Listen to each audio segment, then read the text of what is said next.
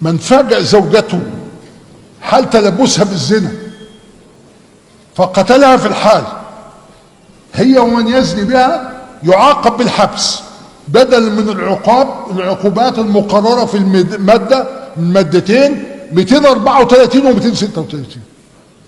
من فاجأ زوجته حال تلبسها بالزنا، يبقى لازم يبقى في تلبس حال تلبسها.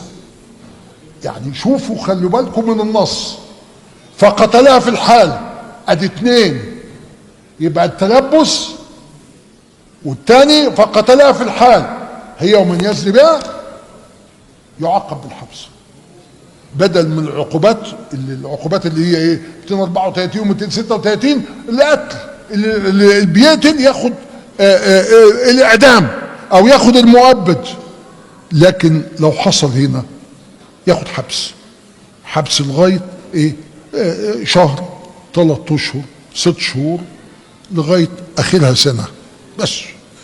هنا القانون قال ايه؟ بس بشرط ان القتل يبقى في نفس اللحظه. طيب يعني ايه في نفس؟ قال له يخش لازم تحصل المفاجاه. قالوا طيب لو هو شاف مراته ودخل الاوضه الثانيه عشان يجيب سلاح، قال ماشي تمشي.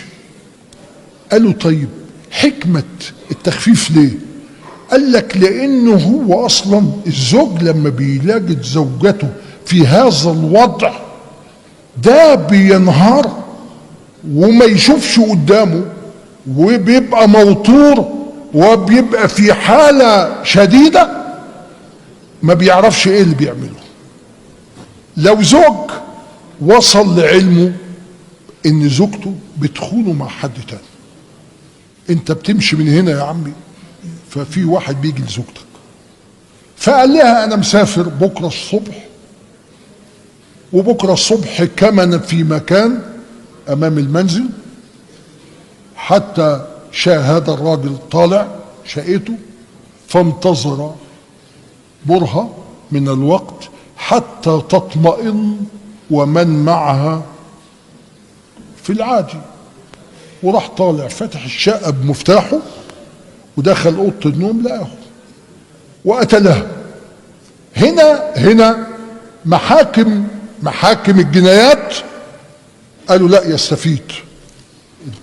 انت بتعاقب على ان المفاجأة، وان المفاجأة بتشل عقله بتشل تفكيره وبتشل هدوءه، ما بيبقاش في حالة هدوء. لكن ده كان قاعد وواحد قال له اتغاظ شوية بس قاعد يرتب ليها، فازاي بعد ما هدي ورتب وعمل العدة وقاعد مستنيها وازاي كده؟ قالوا التجهيز حاجة ولما راح شاف الحاجة تانية ده موضوع تاني. قالوا طيب لو الزوج بقى ارتكب جريمة الزنا في منزل الزوجية ودخلت لقيته عملت محضر، النتيجة ايه؟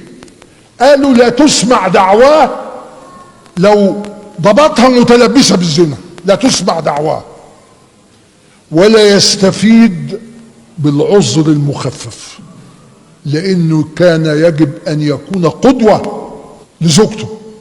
ده كده انت بتصدر قانون مادة 273 و 277 بتقول ايه؟ يا زوجة زي ما عمل اعملي. طب ده قانون ينفع الكلام ده؟ قلت لا الكلام ده ما ينفعش.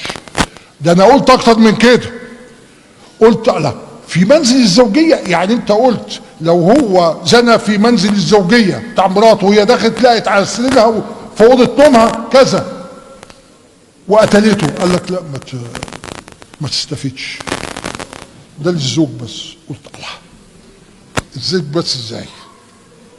يعني واحدة دخلت تلاقي جوزها في هذا الوضع على سريرها ازاي؟ ده هي ممكن تكون اقصى وفي حالة انفعال شديد واللي تعمله مش دارية بيه، لا هي تخش السجن تاخد مؤبد او اعدام. قلت لا لا لا لا، لازم هنا يكون في تساوي في العقوبة، انا ما بساويش في الحقوق. وعشان كده انا بقول يجب ان المادتين دول اما يحذفوا او يعدلوا للحفاظ على الاسره في مصر، لان احنا شرقيين. انا بشكركم والسلام عليكم ورحمه الله.